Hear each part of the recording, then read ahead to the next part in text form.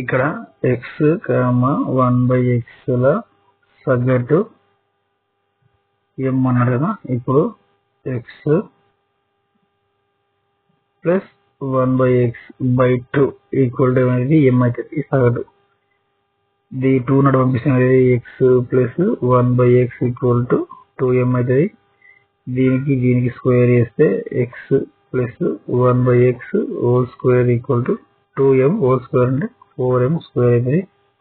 a plus b whole square formula రాసుకుంటే x square plus 1/x square plus 2 into x into 1/x అవుతుంది equal to 4m square. x cancel.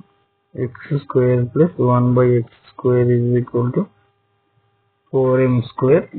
Rest పోతే -2 అవుతుంది.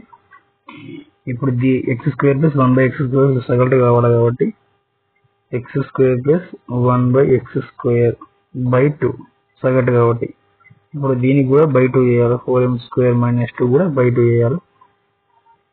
ఇప్పుడు ఏమవుతుంది, ఈ 4m square -2 నుంచి 2 common తీస్తే 2m స్క్వేర్ -1/2 అవుతుంది. ఈ 2 క్యాన్సిల్ అయితే ఆన్సర్ వచ్చేసి మనకి 2m స్క్వేర్ -1. దేని సగటు x square plus 1/x square by 2 అంటే సగటు దీనిది. ఈ మా ఆన్సర్ ఏంటి 2m స్క్వేర్ -1.